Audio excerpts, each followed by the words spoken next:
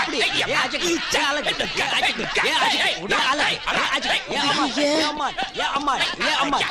பாத்தீங்களாம்மா இவங்களை போய் பைத்தியம் இல்லன்றீங்களே, எப்படி நம்பி இவங்களை வெளியே வர்றது? கொஞ்சம் இருங்க டாக்டர், நான் என் பையன் கிட்ட பேசிக்கிறேன். டேய் சிவராமகிருஷ்ணா, அம்மா இங்க வா. அம்மா நல்ல வேளை வந்தம்மா. இன்னும் கொஞ்ச நேரம் இங்க இருந்தது உண்மையிலே பைத்தியம் முடிச்சிருக்கோம். ஆமா மம்மி. பாத்தீங்களா டாக்டர், என் புள்ள எவ்வளவு தெளிவா பேசுறான். அவனை போய் பைத்தியங்கிறீங்களே, முதல்ல அவனை வெளியில விடுங்க. என்னது? அவர் மட்டும் வெளியே எடுக்கணுமா? அப்ப நான் உள்ள இருக்கணுமா? என்னமா நியாயம் இது? வாய மூடுறா, எல்லாம் ஒன்னால வந்ததுதான். மம்மி நான் இல்ல, அதான் உங்க பின்னால் நிக்குதா ஒரு பண்ணி, அதான் ராத்திரி பூரா தலையில சாம்பல் போட்டு தெரு தெருவா ஓடிச்சு. டாக்டர் இவரை மட்டும் வெளிய விடுங்க, அவரை விடவே விடாதீங்க. விட்டீங்க பல பேரை பைத்தியம் வைக்கிறவாரு.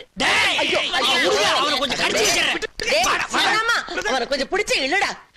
டாக்டர் அவன் இப்படித்தான் எதையாவது பண்ணிக்கிட்டு இருப்பான். நீங்க ரெண்டு பேருமே வெளியில விட்டுருங்க இல்ல பாருமா, கையெழுத்து போட்டு வெளியே கூப்பிட்டு போங்க. நாளைக்கு ஏதாவது பிரச்சனைனா நீங்க தான் பொறுப்பு. நான் பாத்துக்கிறேன். அவங்க பொறுப்பேத்துக்கணும். ஆமா, நீங்க பண்றதெல்லாம் பண்ணுவீங்க, நாங்க பொறுப்பெடுத்துக்கணும். வாங்க டாக்டர், நான் கையெழுத்து போட்டு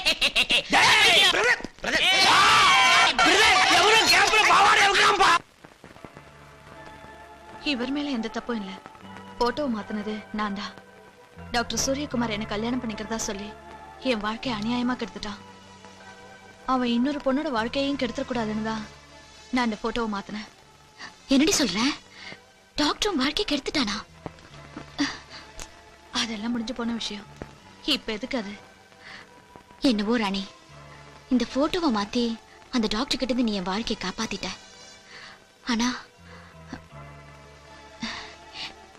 எந்த தப்பும் பண்ணாத இவரை போய் நான் பழி வாங்கிட்டேனே. ஹே, ஏன் ஃபீல் பண்ற? இந்த போட்டோவை பார்த்து மனசை பறி கொடுத்துட்டேன்னு என்கிட்ட சொன்னேல்ல. அப்ப நேரா ஹாஸ்பிடலுக்கு போ, அவர்கிட்ட மன்னிப்பு கேளு, அப்புறம் ஐ லவ் யூ சொல்லு. That's all. ஆமா, தட்ஸ் ஆல். எனக்கு இந்த ஐடியா வரவே இல்ல. Thank you so much. நான் இப்பவே போறேன். அம்மா நீ நேரா வீட்டுக்கு போ, நான் நேரா கன்சியூமர் கோர்ட்டுக்கு போய் அந்த பொண்ணை நான் பாத்துறேன். ஆமா, கன்சியூமர் கோர்ட்டுக்கு இந்த கவர்னரோட போவீங்களா? அதானே. போங்க பிரதர், வீட்டுக்கு போய் முதல்ல அவுத்து போடுங்க. டேய் கணேசா, நீ கொஞ்சம் கூட வாடா, இவனை என்னால சமாளிக்க மம்மி முடியாது. நான் எப்படி மம்மி வர்றது? நான் கூட வர மாட்டேன். வரலனா போடா, பாரு அங்க போடா. போடா, நீ முதல்ல வண்டியில போடா.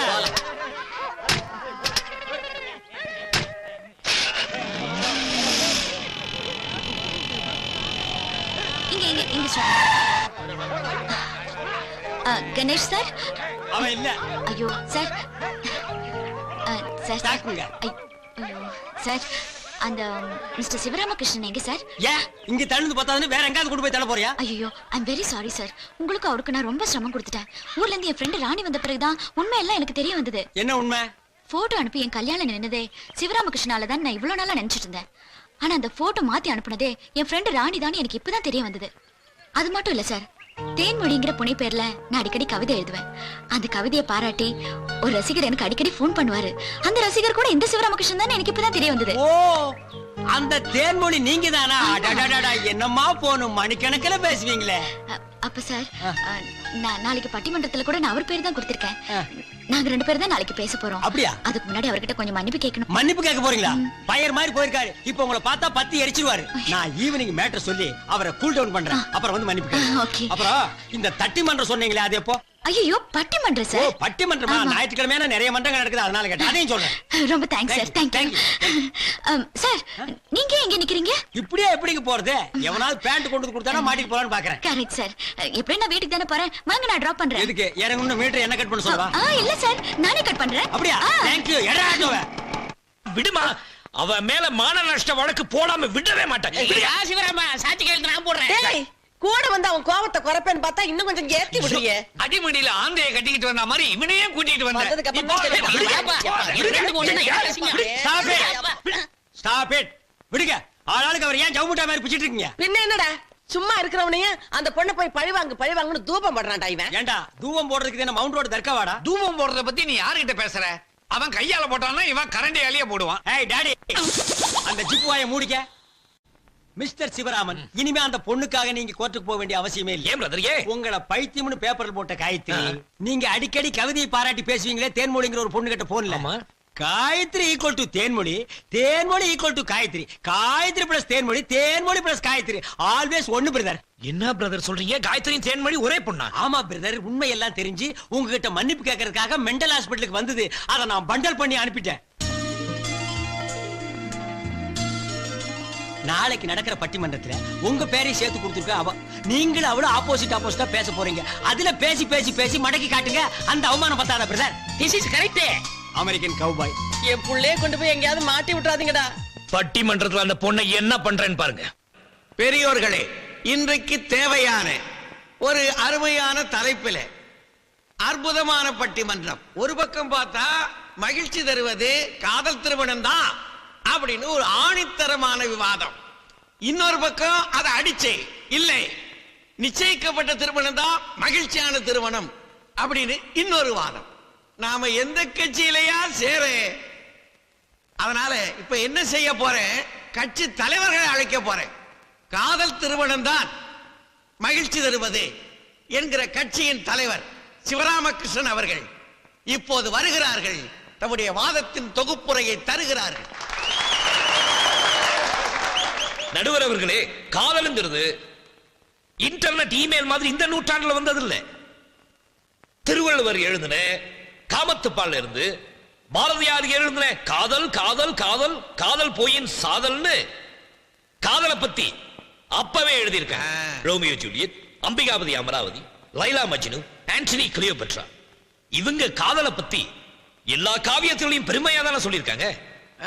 சூடு பிடிக்க ஆரம்பிச்சிருச்சியா? ஆண்டனி கிளியோபெட்ராவோட கதை இவருக்கு தெரியாது போல இருக்கு. The triple pillar of the world is transformed into a strumpet pool அப்படின்னு கிளியோபெட்ரா பத்தி ஷேக்ஸ்பியரே சொல்லியிருக்காரு. அதாவது உலகத்திலே 3 தூண்கள்னு வர்ணிக்கப்பட்ட கிரீஸ், ரோம், ஈஜிப்ட தன் காதலுங்கிற ஆயுதத்தால அழிச்சவதான் கிளியோபெட்ரான்னு சொல்லியிருக்காரு. ஓஹோ, உலக அழகின்னு எல்லாரும் ஒத்துக்கிட்ட கிளியோபெட்ராவை இவங்க அவதூறா பேசுறாங்க. ஏன் தெரியுமா? அவங்க அழகுல நம்மையாருக்கு பொறாம. அம்பிகாபதி அமராவதி, ரோமியோ ஜூலியட்னு எத்தனை உதாரணங்கள் சொன்னாரு. எல்லாமே சோகமான முடிவுதான். இல்ல இல்ல இல்ல, அதெல்லாம் சுகமான முடிவு. அந்த காதலர்கள் செத்தாலும் அவங்க காதல் ஜெயிச்சிருச்சே, அதனாலதான் அவங்கள பத்தி இன்னைக்கு வரைக்கும் பேசிட்டு இருக்கோம். காதலால பல குடும்பங்கள் அழிஞ்சிருக்கு. காதலால பல ஜாதிகள் இணைஞ்சிருக்கு. காதலுங்கிறது ஒரு நெருப்பு, அது எல்லாரையும் எரிச்சிடும். காதல் ஒரு அணையா விளக்கு, அது எல்லாருக்கும் வழிகாட்டும். No, no, love is blind. No, love is truth. ஐயா, எங்களுக்கு விளங்குற மாதிரி கொஞ்சம் தமிழ்ல பேசுங்க ஐயா. நடுவர் ஐயா, நீங்க எப்படி கல்யாணம் பண்ணிக்கிட்டீங்க? ஐயா, நானே பழைய நினைப்புல நொந்து கிடக்கேன். அது எதுக்குயா இங்க? நீங்க நடத்துங்கய்யா. நடுவர் ஐயா, எங்கும் தமிழ் எதிரும் தமிழ்னு சொல்ற மாதிரி இன்னைக்கு எங்கும் காதல் எதிரும் காதல் தானே இருக்கு. காதல் இல்லாத வாலிபமானு கவியரசு கண்ணதாசனை எழுதியிருக்காரு. சினிமாவுக்காக என்ன வேணாலும் எழுதலாம். நிஜ வாழ்க்கையில இதெல்லாம் நடக்கிற கதையே இல்ல. கொஞ்ச நாளைக்கு முன்னாடி நீங்க எல்லாம் பேப்பர்ல படிச்சிருப்பீங்க. தங்கச்சி காதலிச்சதுக்காக அண்ணன்காரன் காதலனோட கையை வெட்டிட்டு நடு ரோட்ல பட்ட பகல நடந்து போனானா.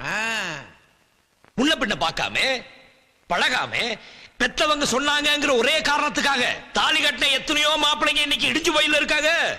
ஆனா பெத்தவங்க நடத்தி வச்ச கல்யாணத்தை பத்தி எந்த காவியத்திலேயாவது சொல்லியிருக்காங்களா? ஏன் ராமனுக்கும் சீதைக்கும் பெத்தவங்க பார்த்து தானே கல்யாணம் பண்ணி வச்சாங்க. அதனாலதான் அம்பிட்டு பேரும் 14 வருஷம் வனவாசம் போனாங்க. சரி, அப்படியே இருக்கட்டும். கோவலனுக்கும் கண்ணகிக்கும் பெத்தவங்க தானே பார்த்து கல்யாணம் பண்ண வச்சாங்க. அதனாலதான் கோவலன் கண்ணகிக்கு அல்வா கொடுத்துட்டு மாதவியை தேடி போயிட்டாரு. அதோட நின்று இருந்தா பரவாயில்லையா? அது கொலக்கட வரையில போய் நின்னுச்சு.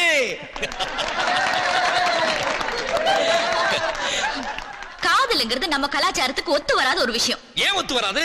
நாடு விட்டு நாடு காதல்னு சொன்னா நம்ம நாட்டு பிரதமரா இருந்த ராஜீவ் காந்தி, சோனியா காந்தியை சொல்லலாம். அதே மாதிரி ஸ்டேட் விட்டு ஸ்டேட் காதல்னா எத்தனையோ பேர் உதாரணமா சொல்லலாம். மொத்தத்துல காதல் இல்லாத நாடே இல்லை. உலகம் இருக்கிற வரைக்கும் காதல் அழியாது. காதல் திருமணம் வாழணும், காதல் திருமணம் வளரணும், காதல் திருமணம் ஜெயிக்கணும்.